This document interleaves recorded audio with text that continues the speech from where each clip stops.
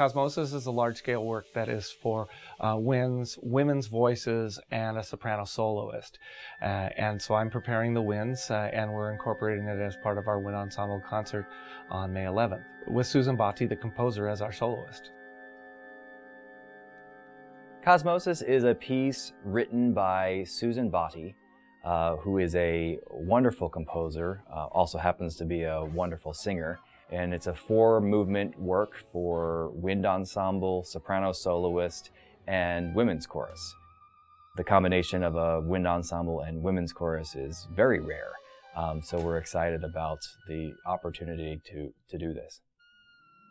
We're trying very hard for this to be a natural intersection of science and music instead of something that's contrived. We want this to be a real integration, and so we're allowing our creative members of the science department to kind of work on their own to come up with their own creative ideas for this in both images that are going to be projected during the performance and what is going on after the performance, which will be kind of a science demonstration, hopefully using some of the sounds that were generated in the concert. This piece really does have a lot of interesting effects, and that's been a lot of fun to work with the choir. The whole first movement, called Overboard, there are really no sung pitches in it at all. It's all rhythmic speaking, shouting at times. There are pitch inflections indicated, but there's no, definite pitch values there. And it's all rhythmic canon and, lots of interesting effects there, which is great. And then the end is there's a whole improv section for the choir to perform. It's like the radio sounds are going out into space. It's been a challenge to rehearse, but also a really fun process. Given the voices, given the effects, and there's some special effects that the voices have to accomplish, as well as the winds themselves, it gives it a very spacey feel. There have been some, resistances at times, as, the choir's like, really? You want us to do what? But I think now they're really embracing, what the piece is going to be.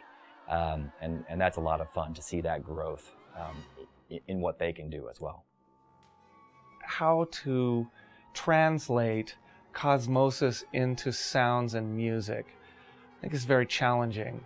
And I think our composer does an interesting job creating kind of a quilted artwork, so to speak, of various sounds, various settings, and the way to set the text of May Robinson's poetry into something that takes on much more spatial orientation. As far as how it relates to PLU and the university, that's everything we want our students to do. We want them to have that spirit of inquiry. We want them to go after that discovery, even if it means failing at times. We always talk about those big enough questions. Well, sometimes the questions don't have the answers, or don't have the answers that we want. And I think that's part of the message of the piece, and it's certainly what we're trying to do in terms of the entire event.